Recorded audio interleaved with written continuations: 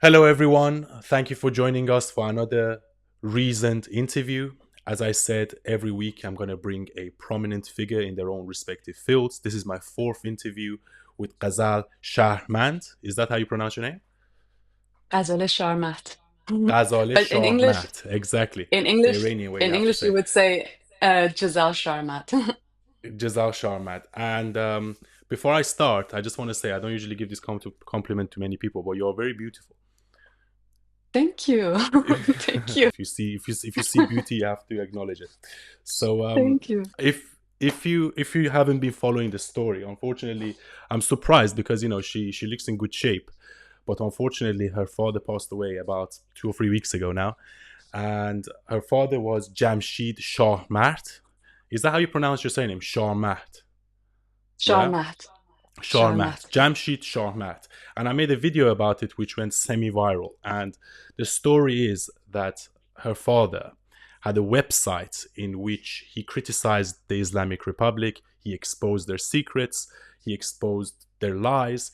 And unfortunately, he was abducted in Dubai, taken back to Iran, was jailed for 4 years, tortured, didn't have an attorney, and unfortunately, they executed him unlawfully. He was a German and American citizen, even though he was Iranian. And Ghazaleh has been basically campaigning for her father to be freed for the last 4 years. But unfortunately, she was met with the sad news of her father being executed. So I guess my first question is, how do you feel? That's the hardest question because I didn't have even time to, let this sink in and know how I feel. Mhm. I'm just in a state of shock. We're in a state of crisis for the last 4 years, trying to get my dad out of the hands of kidnappers. And we found out in these last 4 years, trying to save my dad's life and save other people's life, that it's not just the Islamic regime that we're up against. It's also your own governments that see this kidnapping of their citizens as an inconvenience because they're still having relationships with the Islamic regime, with the kidnappers, with the terrorists that hold our loved ones hostage. So it's a big, big fight. It's not over. And yeah, exhausted. I would say maybe exhausted. That's how I feel. Exactly. So I saw something on your story about this Spiegel magazine. Yeah, is that how you Hmm. pronounce it? And Yes. basically, they went to Iran and they've interviewed basically the Islamic Republic members, and they tried to show them in a good light these terrorists. So I guess my question to you is like, do you feel betrayed by the German government or the U.S. government, or how the media has portrayed this whole thing, or the lack of, for example, attention, let's say, on the issue? Yeah. I think you can call it a betrayal. I think we all, as Iranians, feel betrayed for 45 years of how the West has dealt with the Islamic regime. None of the people of Iran want this regime. They're trying to pay with their blood and going up against guns and bullets and executions to get rid of this regime. Yet Mhm. the torturers, the kidnappers, are still seen as diplomats. The Islamic regime as a whole is seen as a country, as a sovereign state, which it's not, it's a terrorist occupation that we have there. So this betrayal is not just me and my family, it's all of us that see that. Um, the the media plays a very, very huge role in this. And the way we can see how the media is influenced by the terrorists is through my dad's story. When he was kidnapped on a flight overlay, there were thousands of reports about it. But what did they report? They didn't report German American activist was kidnapped by the terrorist regime. They reported the exact words of the terrorist regime. Terrorist ringleader arrested in Mhm. Iran. And that Yeah. that just shows you like how they copy paste everything that they have. In these 4 years, I have not had one interview with the mainstream media in America. Not one. They're completely blocking me. And they're Yeah. speaking about hostage cases. They're speaking about these cases, but purposefully letting us out of it because they don't want our narrative in this. And as you just mentioned, you can see the German media that reports about it, but then goes to the kidnappers and murderers of my father and legitimizes their stance and their lies and their slander against us and against the community one more time. Exactly. So you are half Iranian, half German. Your mother's German. No, I'm full Iranian actually, but Oh, we grew fully up in Iranian. So Germany and then, yeah, and okay, then cool, we moved to America. nice. And is your mother still alive? Yes, she is. And Okay, and what does she my think about this whole situation? she's like a rock, you know, Mm, she's the rock that keeps us together, keeps the family together. My grandma is I mean, just falling apart right now. My grandma is just 14 years older than my father. So losing a child for her, I mean, you can't even imagine. And in losing a child is always horrible. But in these circumstances, being kidnapped, being tortured for years, being executed, being slandered, all of this pressure, you know, that you have, I can't even tell you how she's feeling right now. and obviously, the German government, they shut down a lot of Iranian consulates, or Islamic Republic consulates, I should say, in Germany. And I hope the same thing happens in the UK actually. But I just feel like they didn't do enough, and there wasn't enough exposure on this issue. But also, I feel like another side to this story is the Democratic Party in America, and people like Joe Biden that have appeased the Islamic Republic all their career. And as you know, in 1979, he used to work on the Carter, which caused the revolution. So I guess my question to you is, what do you think the election of Trump would mean for the Middle East and the future of Iran? That's a big question. That's the question everybody has right now. I mean, Hmm. we can see, first of all, the differences between the policies, not the words. Words of politicians don't matter. It doesn't matter what they say. We look at their track record, at their policies. So when we're looking at the policies of the since 2009 of the Democratic Party and the Republican Party, it is like night and day. You can see under Obama, we did the JCPOA, the Hmm. nuclear negotiations, which is actually was a front for a deal that opened up $150 billion to the Islamic regime. So this is major funding, major sanctions removals, major business going on with the regime. Under Biden, we saw just last September how they engaged in a hostage negotiation or so-called hostage negotiation, paying $1.2 billion per head per hostage, which is absolutely insane, and left my father behind. Didn't bring my father, who's at a threat of execution, left him behind. Why do you think Gave the that is? regime. Why do you think he wasn't included in the deal?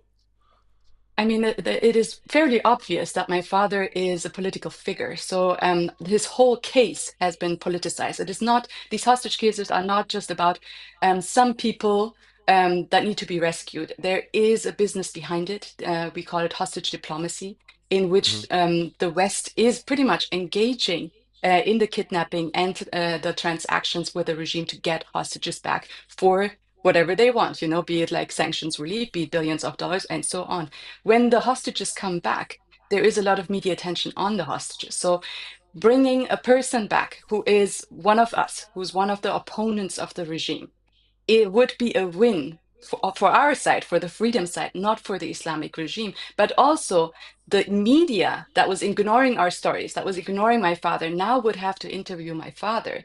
And that's again one more time where we get the attention and we can Hmm. say that this regime is not legitimate. So it is very much, you can see that there is a political motivation to leave my father behind, which is important for us because the same people who made these deals and decided to leave my dad to die are also the people who are working in the Pentagon, who are leaking information, you know, who have influenced Yeah. our policies, our domestic policies. So that needs an investigation to see what's going on there.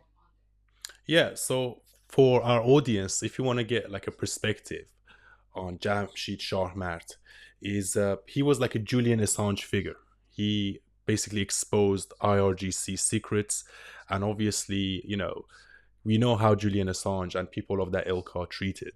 When so-called when they expose secrets of certain governments, and obviously the Islamic Republic is a brutal entity, and unfortunately, but then again, it takes me back that maybe the Democrats or maybe the US government, they have a motivation to keep him there, or maybe they didn't like your father because he so-called caused an espionage that maybe also exposed some of the secrets that relate to IRGC, that relate to America. Um, It is Yeah, usually the people who know too much that are assassinated, you know, the people who we have right now on Trump, so many assassination attempts on him. yeah. So that is a fact. But uh, it's also, you know, why do you think so many in the Iranian diaspora stood behind my dad? Mhm. This is our story. This is that we don't just face the Islamic regime that wants to terrorize us. We Yeah, have been left behind in our struggles to free our nation because the Western governments are benefiting from it. Everybody in the Western world thinks that we're not strong enough or that we're not hard enough or that we underestimate the regime. Why do we think our governments are that stupid? Why do we think our yeah. governments don't have the power? When is it that we understand that maybe our governments are benefiting from it, and exposing this benefit and exposing what is going on behind closed scenes, that is something that they want to avoid. So do you think Trump will drain the swamp? I mean, you live in California, which is a very blue state, but Republicans won a lot of counties recently. But do you think Trump will actually drain the swamp? Because if you look at his appointments, his very brave appointments, and I actually think this is a new dawn for America. I really do, because I feel like the establishment is defeated, and all the people that are coming in now, these are people that used to be very successful in business and in other parts, and I feel like the Islamic Republic is really cornered now, because obviously we have Trump, we have Netanyahu, and we also have the Qataris, the Emiratis, all of which are against the Islamic Republic of Iran. So I feel like the Islamic Republic of Iran find themselves in a very peculiar position where if I was in their position, I would be really scared, because this could be the end of the Islamic Republic. Them attacking Israel, Israel striking back. And I just hope that in the next 2 to 4 years, Iran will be freed. And I made the prediction that I think it will be. I really do. Unless I don't think Trump is stupid enough to make a deal with the Islamic Republic. He's not Obama. There should be no policy of appeasement of the Islamic Republic, because you cannot negotiate with terrorists. Okay. And I think the Um, Americans have understood that. The Republicans understand that very clearly. And what do you think is going to happen? Let's say the Islamic Republic of Iran falls. Who do you think is in the best position to come and be able to take power in Iran? but let me comment on what you said first. I Okay. don't doubt that President Trump wants to drain the swamp and wants to do all of those things that you just mentioned. That is his intention. But we have to understand one thing: the Islamic regime cannot be underestimated. They have brilliant, brilliant negotiators. They have brilliant people all over the place. We cannot think that they will just sit by idly, watch how Trump is doing everything that he wants, and be destroyed. So they already are trying to work on Trump's team, on the transition team, on different think tanks. You see all of the NIAC people and the lobby groups and everything infiltrating and trying to infiltrate the transition team. So we cannot just sit back and think, good, we have this person here, he will do. We have to understand that the average person, the average American, the average voter is not interested or aware of foreign policy. They don't understand what the Islamic regime is. They don't understand the threat. They don't understand that money still rules over everything else. So any Mhm. government that is in power, we, the minority of people who have an understanding, who have seen the threat, how a regime can take over all of your rights, it's our duty to come together and to let the Trump administration or any other administration all over the Western world know that we will not tolerate this. You know, if we don't put our pressure right now, as you said, we have 4 years, 4 years to do something right now, we will lose this opportunity. Why do I say that? Because the money cartel that is behind political decision makers does not care who's in power in Iran or who's in power in America. They want to make money. The Boeing wants to make money. Nokia wants to make money. Siemens wants to make money. So they're making deals with whoever is available. If this regime falls, they have to find new people. So to them, a change in regime or a change or a fall of the Islamic regime is a big, big inconvenience. We have to understand that they are also working against our interests. So it's not going to be an easy sale. It's not going to be an easy sale. Trump, in his last 4 years, in the last year, he was bombarded from all sides, and that's what can happen right now. And we see already the regime reaching out to Yeah. several people in his campaign. Um, But to this. I think it's different this time though, because I think the Republicans, they have control of the House and they have control of the Senate, and obviously he's won the majority of the votes and the Electoral College. So I think now he has more experience and he knows who is good and who is bad, and obviously he has more power because anything that he says will go, because everything will go through the Senate. And I just don't think he's stupid enough to make a deal with the Islamic Republic, even though he said he Um, will. Even though he said he will, I yeah, don't think he actually words will. I words don't think don't. he will. Yeah, words. And he said he's going to We don't remove the care. arms embargo on Israel, meaning that Israel has a lot more power now to be able to attack the Islamic Republic. And I've always said this. I feel like in order for in order for the Islamic Republic of Iran to collapse, there needs to be three different factors. There needs to be international support, meaning Israel or America strategically targeting heads of state, maybe some military bases, internal uprising, the same thing that happened 2 years ago. And we need a strong opposition. And one of the reasons I do this is to bring a strong opposition together, because I feel like 2 years ago we didn't really have a strong opposition. Everyone was divided. Everyone was divided between Shahzadeh Reza Pahlavi and the Marxist, the left wing. And I just feel like everyone needs to unite at this moment in time. And I would like to be part of the opposition, and obviously people like yourself and people like Shahzadeh Reza Pahlavi and all kinds of different people. But I just feel like in order for Islamic Republic of Iran to fall, we need a strong opposition that will be able to come and take power straight away. And I don't think Shahzadeh can Yes, do it by himself, and I don't think anyone else can do it by himself. So I feel like this is the moment for us to make a team to be able to go and take yes. power back in Iran. So what do you think? Because look at Trump, for example. Look at the team that he has. We wouldn't have won the election if it wasn't for Elon Musk, if it wasn't for JD Hmm. Vance, even if it wasn't for RFK Jr. All these people that supported him, that he managed. And we need a team like this to be able to take power in Iran. So I guess my question to you is, what do you see happening in reality? Like, are you a Shahzadeh Reza Pahlavi supporter, or who do you support? Who do you think is best positioned to lead this revolution? Let me start with what you said first. Like, I don't think Trump is stupid enough to, so to say, to make a deal as well. But Mm. is the intention of the West to constrain the regime, but still keep it in power, I don't think so. as long as they're not coming out, Yeah. we're good with that. We want peace. Or Hmm. is it really that they understood the regime must go? What can we do then? If they understand, and if we make them understand the regime must go, there are several factors that play in it. It's not just economic crippling of the regime, as you said. It's not just helping Israel in the field fight the jihadists.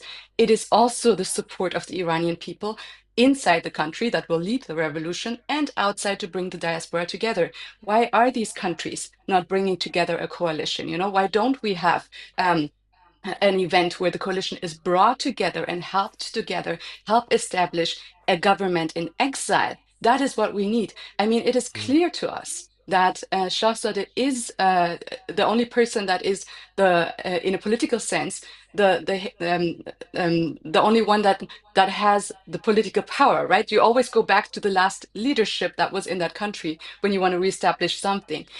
As you Yeah. said, we have seen in 45 years he cannot do it on his own.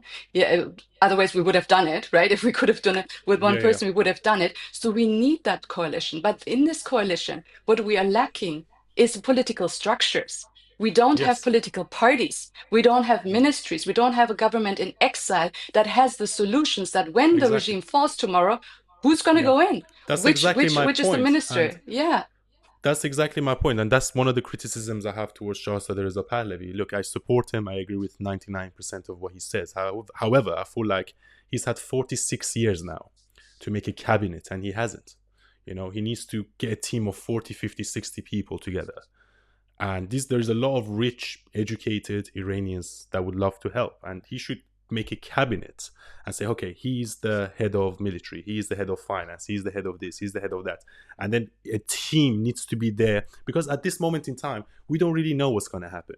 If the regime falls, okay, what will happen? And this is one of the fears I feel like that America has, because they don't want a vacuum of power in the Middle East, the Yes. same thing that happened in Syria and in Iraq. So maybe that's why they're wary. And what I'm trying to do is to say, okay, guys, let's get together, let's make a team. So we give this confidence to the West for them to be able to go and strike Iran, knowing that there is a Mhm. team of people ready to come and take power. Um, so Let me I just comment feel on that like, real quick. I mean, yeah, if tell you me. if you allow me, Sure. The atmosphere in the last 45 years, because I don't want to be unfair to people who have tried to establish something in the last 45 years, Mm. the atmosphere in the 45 years was not the same as right now. We did not have that many like women life freedom activists and young people coming out, all of these brilliant people. We just had a major loss, you know, the first years. The Soviet Union was still in place. It was after 9/11 pretty much, where people in the West and where people over here woke Mm. up to the threat of jihadism. So what we have right now is an opportunity that we did not have in these Yeah. 45 years. I know It's an many people, awakening in the including West. Shahzadeh, yeah, Yeah. tried to establish ministries, and we cannot put it on one person to do that. What is our role in it? We, as you said, we have so many smart people. Why aren't we coming together? And I've spoken in the last 2 weeks to many people in the global diaspora. They are coming together. Maybe we can establish this government in exile and then fuse this together. But we need the power and the help of the Western countries that want to accomplish this. I actually know a few people that work very closely with Donald Trump, and they were in Mar-a-Lago when he got elected, and they also go to a lot of his rallies. Very close. There are people that are very, very close to him, and they say that he understands the situation perfectly. However, he doesn't want to reveal his hands. So he will come and say, "Yeah, I will make a deal with Iran." But in reality, what happened was, under his term, Iran was very broke. They were very close to collapsing. He killed Soleimani, and unfortunately, I still think the election in 2020 was stolen. And then unfortunately, Biden comes back. This is one of the things I have in my head, because again, I have friends that work in intelligence. It's not beyond the realms of possibility that the voting machines were hacked by the Islamic Republic in 2020 and added 10 to 15 million votes to Biden. But anyway, we don't want to get into conspiracy theories, but in my opinion, it's not a conspiracy theory. So Biden comes back into power, gives them all these, removes the sanctions on them, and guess what they do? And this is the thing that the West needs to realize, because the European Union, all these European countries, when you appease the Islamic Republic, they don't spend that money on their people. They spend that money on strengthening the Islamic Brotherhood, Hamas, Hezbollah, Houthis. It never goes to the Iranian people. So don't think if you make a deal with Iran, all of a sudden Iran's going to be great. I always said this to people: Iran is an absolute gold mine. So it's in the interest of the West that the Islamic Republic of Iran falls. Iran is naturally the fifth richest country in the world, because we're the second highest gas producer, second highest oil producer. Beautiful country, four seasons. So I feel it would be an absolute gold mine opportunity for the Islamic Republic of Iran to fall, because there will be a huge investment opportunity. Just look what's happened in Dubai and Qatar. And I feel like Iran can be Dubai times 1,000. So I encourage all the Western leaders to look at this situation with a more clear and long-term vision. And we all know why the revolution in 1979 happened. They wanted to decrease the price of oil, so they removed the Shah. I guess my next question to you is, you wear a badge on your thing. Can you tell me what that means? This one is, Yeah, we yeah, call it in Persian, Darafsh Kavyani, or yeah. Kavyani's standard. It's Mm-hmm, a mythological story. So Kaveh Ahangar, who was a ironsmith in the myth, his children were all killed by a big tyrant, Zahak. And mm-hmm. he takes off his apron, this is his apron, and puts it on his spear and holds it up. And the people rally behind him and starts a revolution. And they are able to topple the tyrant and free Iran. So this is pretty much Iranians, when they look at that, this is the symbol of the revolution. It has also been during the Sassanid era a flag of Iran, but it mostly symbolizes to us the people's resistance Mm. against tyranny, whatever tyranny that is. And in Yeah, our case, it is the Islamic regime with its jihadist proxies. yeah. And which part of Iran are you from? Tehran or? Tehran, yes. Yeah, I'm from Tehran too. And obviously, I have a little bit of uh, Turk, like Qajar dynasty from my dad's side, actually. And so I have a bit Really? of Turk and a bit of Fars. Bali. Yeah. So, and obviously, when your father passed away, you released this video where you didn't say a word and you basically put your hair in a bun and it was completely silent. And I think that video went viral, but that was a very powerful message to the world. And I saw that video, and that was I knew about you beforehand, but that was the time that you really came to my forward of my consciousness, and that's why I decided to do a video about your struggles and make this a popular issue. So I guess, is there any last things you want to say to the audience or the international community? something that you feel like people need to know? My father, he lived in Germany. He lived in Yeah, America all of his life. He had all of his freedoms, just like any of you have. yeah, But he could not look away. He could not see this tyranny going on in the Middle East. He knew this is coming to us. And he dedicated his life, his time, his money, his voice to the people of Iran, to the people that want freedom, freedom for everyone. So when these people rise up, and we see it over and over again in our diaspora or inside of Iran, being brutally kidnapped and murdered. That's why I put on his flag. That was his flag. That was his symbol. That was his revolution together with the people of Iran. We cannot look away. We have to understand there is not many people who are ready to die for freedom, to die for our values. Most of us want to protect ourselves and don't care. We're afraid. So when we have these people and we see that this injustice is happening to them, it is our duty to make these